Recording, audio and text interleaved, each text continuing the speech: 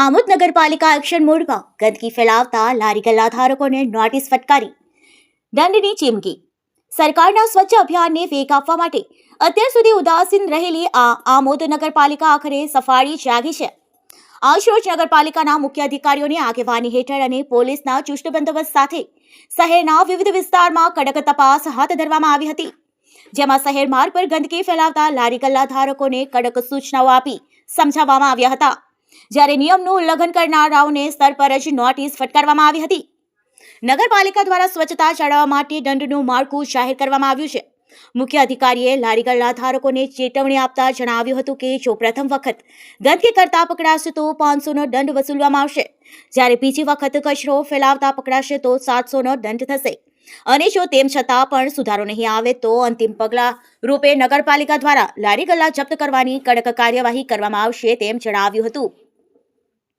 અત્રે ઉલ્લેખનીય છે કે લાંબા સમયથી આમોદ નગરપાલિકા તંત્ર શહેરમાં ફેલાતા કચરા બાબતે નિષ્ક્રિય જણાતું હતું, પરંતુ રાજ્ય સરકારની સ્વચ્છતા ઝુંબેશના દબાણ અને આદેશના પગલે તંત્રમાં હરકત જોવા મળી છે।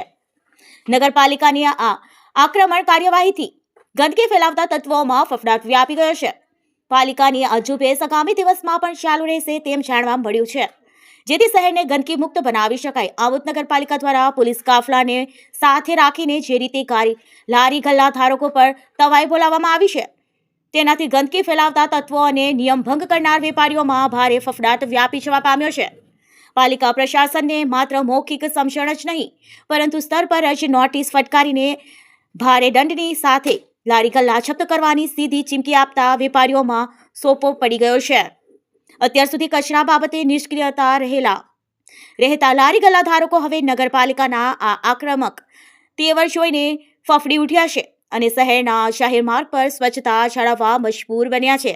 આજરોજ આમોદ નગરપાલિકા દ્વારા સરકારશ્રીની સ્વચ્છતાની ઝુંબેશના ભાગરૂપે સવારમાં વહેલા 7:15 વાગ્યાથી અમે આમોદ નગરપાલિકાના બજારમાં નીકળેલ છે અને લોકો જે લારી ગલ્લાવાળા દુકાનોવાળા છે તેમને સમજૂત કર્યા છે કે બહાર કચરો નાખવો નહીં, અને જો તમે કચરો નાખતા પકડાશો તો અમે 500 રૂપિયા જેવી માતબર રકમનો દંડ કરીશું, અને જો સેકન્ડ વખત નાખશો તો અમે 700 રૂપિયા કરીશું, અને જો ક્રમશઃ તમારે નહીં સુધરો તો અમે લારી ગલ્લા જપ્ત કરીને નગરપાલિકાના એમાં લઈ જઈશું, અને જો તેમ છતાં એ કરશે તો અમે દુકાનો બી સીઝ કરવાની નોટિસો આપેલી છે।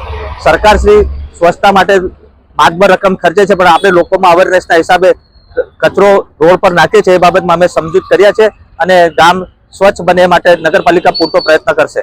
સાહેબ, એક સવાલ છે કે જ્યારે તમે સ્વચ્છતાની વાત કરો છો તો આ જે શૌચાલય છે, શૌચાલય ઘણા સમયથી બંધ છે અને લોકો જાહેરમાં પેશાબ કરે છે, એ અંગે શું?